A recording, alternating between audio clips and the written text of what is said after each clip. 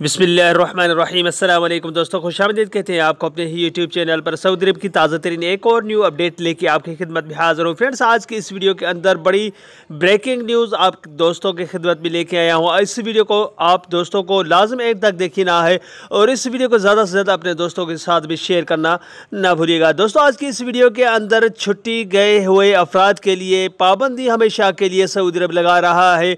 इस वीडियो के अंदर तफसीलात के साथ आप दोस्तों के साथ इस वीडियो को शेयर करेंगे, मगर वीडियो को आगाज़ करने से पहले अगर आप हमारे इस चैनल पे न्यू मेहमान आए हैं तो चैनल को सब्सक्राइब करने के साथ साथ बेल के आइकन को लाजम प्रेस कीजिएगा। जो भी हम नया वीडियो बनाएंगे उसका नोटिफिकेशन आप दोस्तों तक तुरंत ही पहुँच जाएगा। वीडियो को लाइक कीजिए और हो सके इस वीडियो को ज़्यादा से ज़्यादा अपने दोस्तों के साथ भी शेयर कीजिएगा कि इस इंफॉर्मेशन की आगाही उनको भी हासिल हो सके। बाद में ये ना हो कि वो पछताएं कि हमने आखिर ये वीडियो क्यों नहीं सुना। तो दोस्तों, वीडियो को आगाज़ करते हैं। तो दोस्तों, 14 मार्च जो आपको पता ही होगा कि सऊदी अरब ने कफ़ालत सिस्टम के ख़ात्मे के हवाले से कई आजर अजीर के हवाले से सहूलतें फ़राहम की है। उनमें से एक गैर मुल्कियों के लिए बहुत बड़ा नुकसानदेह अमल सामने आया है, अपडेट सामने आई है। सऊदी ह्यूमन ऑफ रिसोर्सेज और ह्यूमन रिसोर्स के अलावा सऊदी मिनिस्ट्री ऑफ डेवलपमेंट के जानिब से वजाहत की गई है एक बात की, अगर आप छुट्टी पे जाते हैं और वापसी सऊदी अरब के अंदर नहीं आते, कहते हैं कि अभी नहीं जाएंगे, कुछ सालों के बाद जाएंगे, तो आपके ऊपर हमेशा के लिए बैन लगाया जाएगा।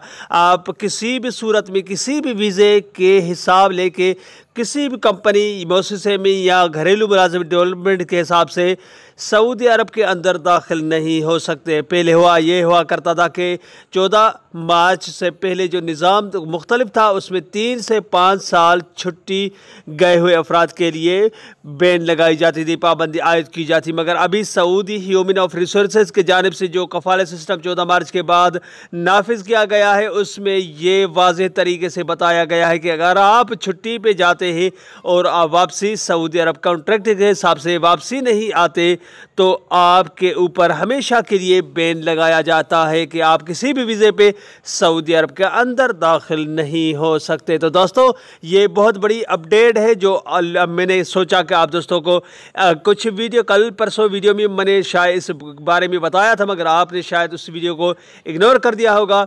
मगर इस वीडियो में मुकम्मल तफसीलात इसलिए आपको शेयर कर रहा हूँ कि आपको इस चीज़ का लाजमी ख्याल रखना पड़ेगा कि अगर कभी भी आप छुट्टी पे जाते हैं और वापसी नहीं आते तो ये आपकी गलती होगी। तो दोस्तों, ऐसा बिल्कुल भी नहीं करिएगा।